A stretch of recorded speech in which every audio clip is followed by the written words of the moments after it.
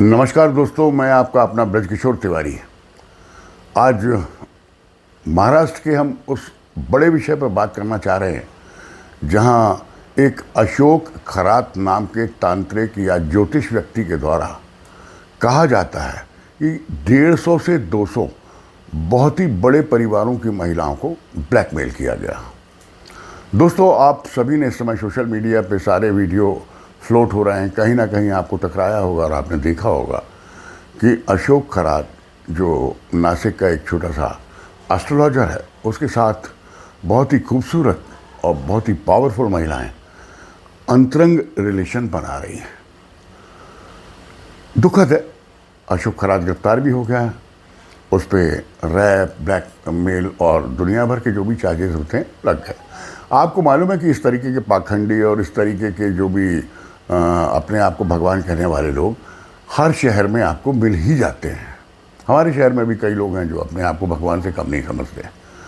पर महाराष्ट्र जैसे, मुंबई जैसे शहर में बैठकर अगर कोई व्यक्ति ये कर रहा है तो सिर्फ वो नहीं कर रहा है।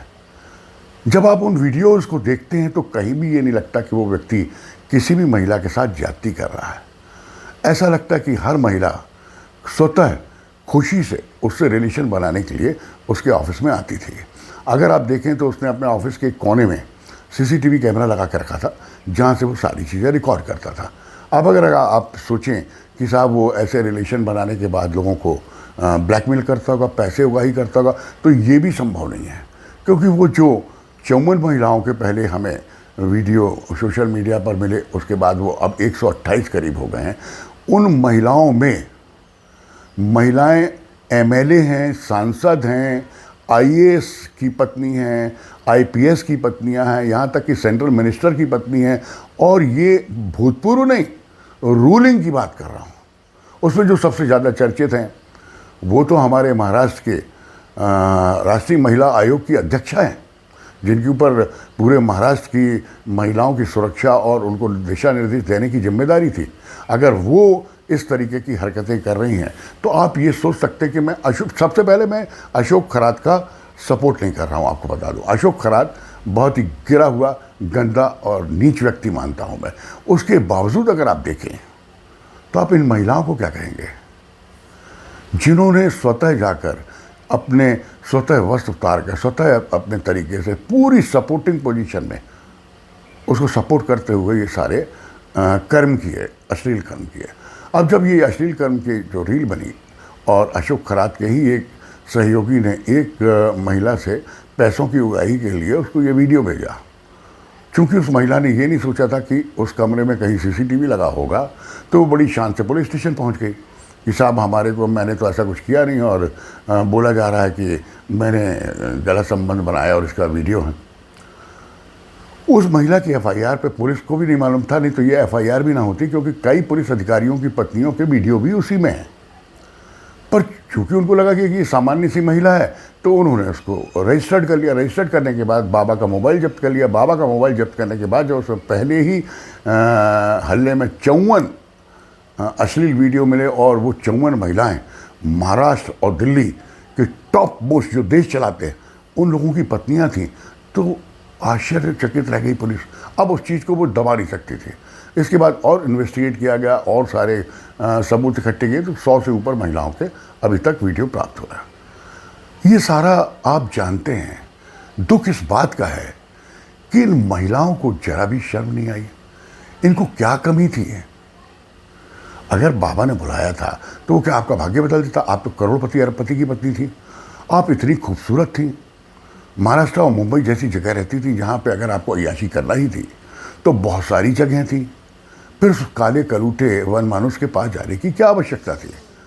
और एक नहीं, लगातार एक जा रही, दूसरी अपनी सहेली को ला रही, बड़े बड़े लोग। आप मैंने अब क्या बोले, कभी इन महिलाओं ने सोचा है कि इन वीडियो को अगर उनके बच्चों ने भी देखा होगा, पक्का देखा होगा, ये हाथों हाथ वहाँ भी पहुँचे होंगे। तो जिन बच्चों ने अपने पिता के साथ आपको अंतरंग होते हुए नहीं देखा, एक पराये और ब्लैकमेलर और बदसूरत व्यक्ति के साथ आपके सपोर्टिंग एक्शन देखकर उन जवान बच्चों पर क्या बीती होगी? उस आईएएस आईपीएस अधिकारी या मंत्री या एमएलए और सांसद पर क्या बीती होगी, जो बड़े शान से अपने एरिया में मूंछ घुमा के घूमता था। आपकी इन हरकतों के बाद उसकी क्या इज्जत रही होगी। बड़ा दुखद और बड़ा शर्मिंदगी का माजरा हमारी ये महाराष्ट्र में।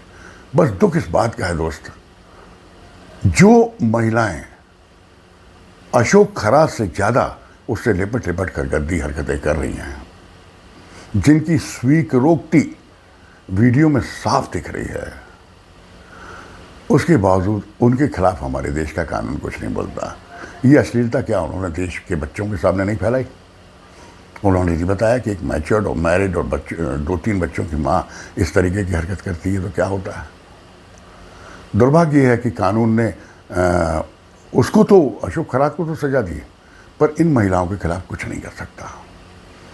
अभी आपको याद होगा हमारे मध्य प्रदेश की एक इंदौर खंडपीठ के एक जज महोदय ने आज ही एक महिला को इसलिए अपने प्रेमी के साथ रहने की कानूनी परमिशन दे दी क्योंकि उसको अपना पति पसंद नहीं था। न्यायपालिका में कानून नाम की कोई चीज़ है क्या जो उनको अच्छा लगता है, जिसमें वो अपने आप को कंफर्ट फील करते हैं, या न्यायाधीश को अपनी ज़िंदगी की अंतरंगता झलकती है जिसकी भी स्टोरी में फैसला उसी के पक्ष में दे देते हैं। दुर्भाग्य है महाराष्ट्र का, हमारे देश का, कि इतनी रसूखदार, इतनी पावरफुल, इतनी खूबसूरत, इतनी बोल्ड महिलाएं जो महाराष्ट्र की और देश की सत्ता चला रही हैं, जिनके पतियों के नाम से सिक्के चलते हों, अगर वो महिलाएं खुद इतनी गंदी और अश्लील हरकतें करेंगी और उनके वीडियोस सामने आएंगे तो देश की बाकी महिलाओं पर और बच्चों पर क्या असर पड़ेगा। क्या आपने इस घटना के बाद सुना कि इन 128 महिलाओं में किसी ने सुसाइड कर लिया हो या किसी ने माफ़ी मांगी हो? नहीं साहब, ये बड़े लोगों की जो कौम होती है बड़ी बेशरम होती है। आज भी वो महिलाएं करें, हम तो बाबा जी के अनन्य भक्त थे, जो वो कहते थे हम करते थे। Shame on those womens, corrupt women. इस वीडियो में बस इतना ही कहना चाहता हूँ कि बाबा सिर्फ खड़ा है, सारी हरकतें ये महिलाएं कर रही हैं। कसूरवार कौन या दोनों, इसका निर्णय आप पे छोड़ता हूँ, पर ये बहुत ही घिनौनी तस्वीर थी हमारे महाराष्ट्र के समाज की, और इन महिलाओं को कभी माफ़ नहीं करना चाहिए।